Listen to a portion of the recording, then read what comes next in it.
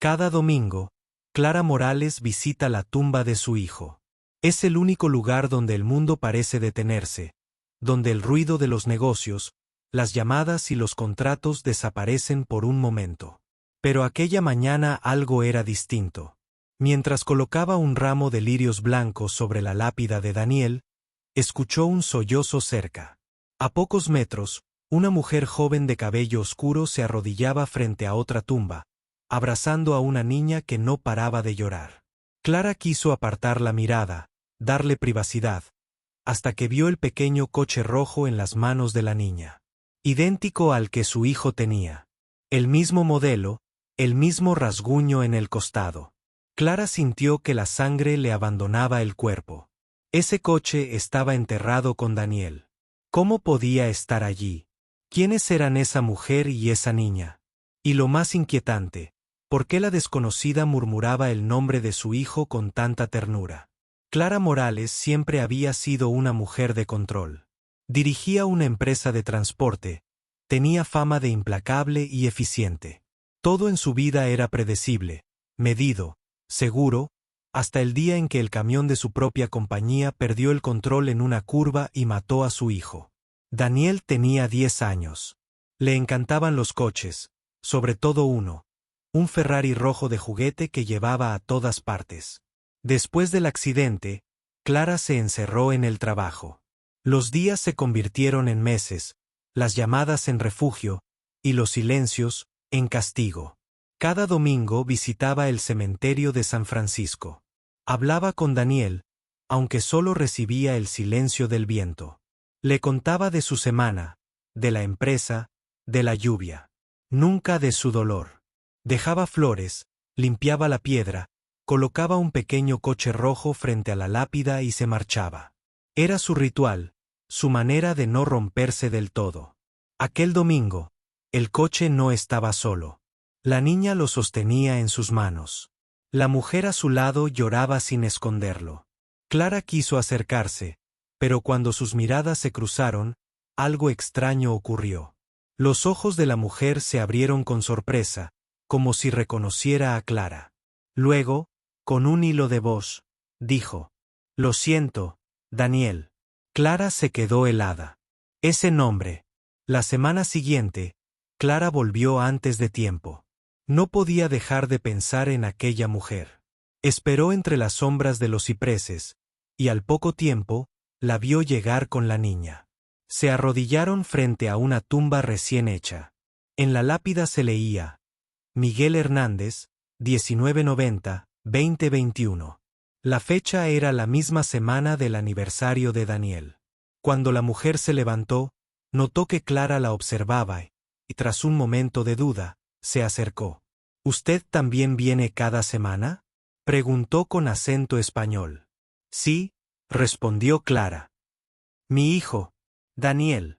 Yo vengo por mi esposo», susurró. «Miguel». No dijeron nada más. Solo se miraron. La niña, curiosa, miró los lirios que Clara sostenía. «A mi papá también le gustaban las flores», dijo con una pequeña sonrisa. Los domingos siguientes, las tres comenzaron a coincidir.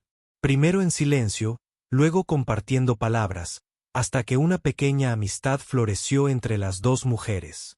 La niña, Isabela, corría entre las tumbas recogiendo pétalos, mientras María contaba fragmentos de su vida en Sevilla, de cómo había venido a ese país siguiendo a Miguel, buscando un futuro mejor. Un día, Clara se atrevió a preguntar por el accidente. María bajó la mirada. «Fue un camión», dijo. «Perdió el control». Clara sintió el corazón hundirse. Sabía de qué camión hablaba. Sabía de qué empresa. La suya. Guardó silencio. No podía decirlo. Era demasiado cruel. Pero el destino no había terminado su juego. Un domingo, Isabela se acercó a Clara con una sonrisa tímida. «Daniel me dijo que te diera esto». Le entregó un coche rojo. Clara lo tomó temblando. Era idéntico. Tenía la misma marca en el parabrisas, el mismo desgaste en las ruedas. «¿De dónde lo sacaste, cielo?», preguntó con voz apenas audible. «De Daniel». Dice que lo olvidaste la última vez. El mundo giró a su alrededor. Clara apenas podía respirar. Quiso creer que era casualidad, pero algo dentro de ella no se lo permitió. Esa noche no durmió.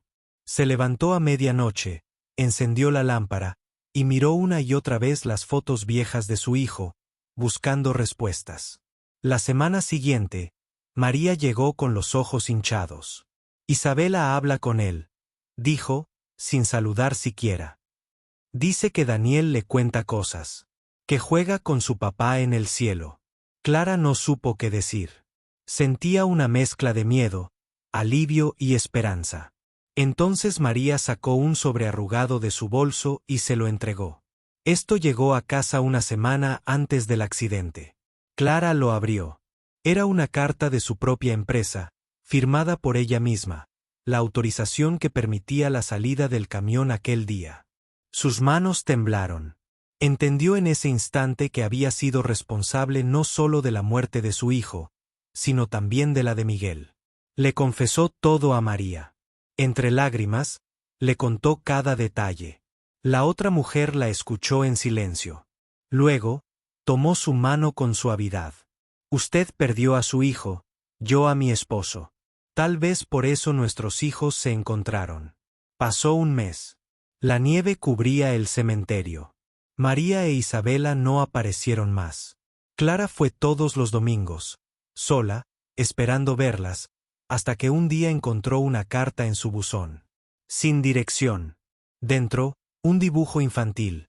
2 tumbas, 2 figuras en el cielo, un hombre y un niño tomados de la mano, y 3 mujeres sonrientes bajo un sol enorme. El matasellos decía, Sevilla, España. Clara lo entendió. Tomó un vuelo a Sevilla. No por curiosidad, sino por necesidad. Tras varios días de búsqueda, encontró una pequeña casa cerca del mar.